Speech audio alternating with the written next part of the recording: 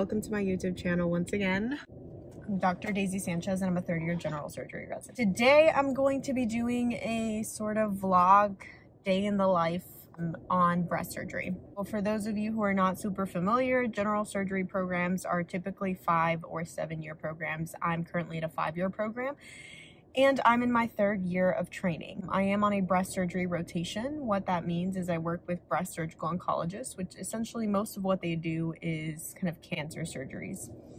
They do a lot of benign breast cases as well, but kind of the meat of their daily practice is really the oncologic cases. So as you can see, something that's already different from kind of your typical surgery rotation is that it is daylight. Like it's bright outside. That is not at all how it goes on other rotations. On other rotations, I'm typically up before the sun is up, and then I come home after the sun has gone down, which is really slightly depressing. Today is actually a surgery day, so today I'm going in for cases. We have a few cases today. This video is really not difficult to make because I'm having a good time. Working with great people, it's, you know, a very fulfilling specialty. The patients are very thankful, they're very nice, and so I'm really enjoying it. I'm also just enjoying seeing the sun. I've got my little cup here. I've got some maicena in typical Mexican form.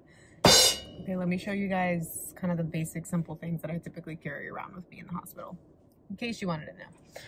AirPods. I always have these with me for whatever reason. This thing, I was able actually to get it. It's pretty much sold out everywhere. It's like Clinique. It's kind of like a lip balm, like a tinted lip balm. It's absolutely amazing. I love this stuff. So I carry around one of these. Just like everybody else in the world, I'm of course obsessed with the Pilot pens, the G2 pens. I typically carry around a black mask. Of course, I'll have to change this when I get to the OR or put like a surgical grade mask over it. Got my keys. This is my keychain. I'm very proud of it, actually. And then I got my white coat over here. I have my Yeti cup. I have an assortment of these. I love them all.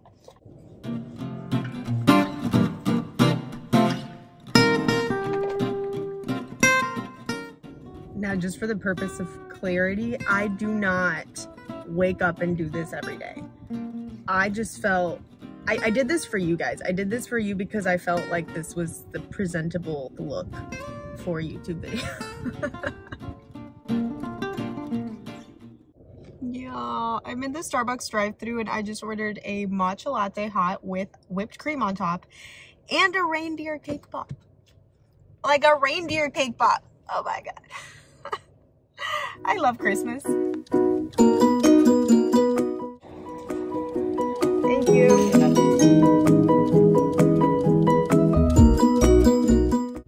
Hold on. Look at the reindeer cake pop.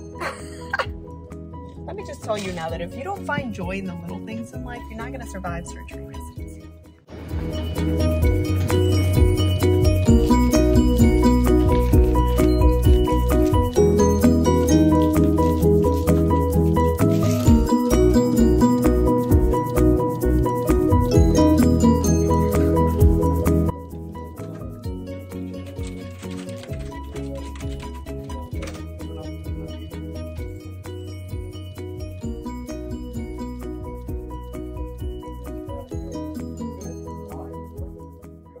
Okay, I saw the post-op patient. Now I'm heading to the first case. I got my coffee.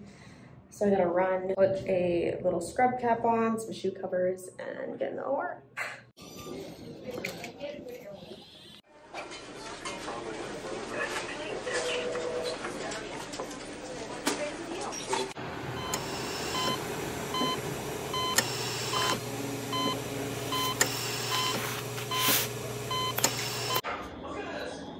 Okay, after any case, typically you just put in orders for the patient, put in an operative report describing exactly what you did in the surgery, and then wait for your next patient to be ready. See any consults in between, which we don't have any right now. Our first patient will actually be discharged today.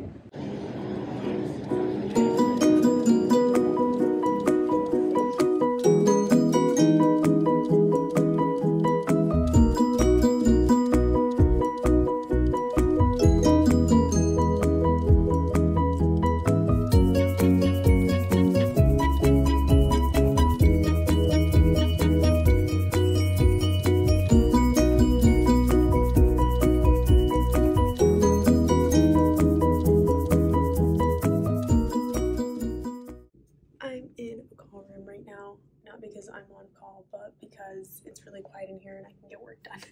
There's just bunk beds and whatever that is, a trash can, a whiteboard, and then there's a computer right in front of me that I won't show you because kind of on a random note, one of the most anxiety-provoking things about being a surgery resident is that you're expected to be at every case, obviously on time. On time means that you should be there before the attendant gets there. And so that typically means that you need to be stalking the OR board. Like, no one calls you, maybe once you're like a 4th or 5th year, but as a 1 through 3, typically people don't call you to tell you that the patient is in the room or that, you know, the surgery is getting ready to start. So what you have to do is stalk the OR board. I have it pulled up on my computer, but I also have the app on my phone, and then just see the moment that the patient gets in the room, and then you run up there. Patient is in the room now, I'm gonna run up there.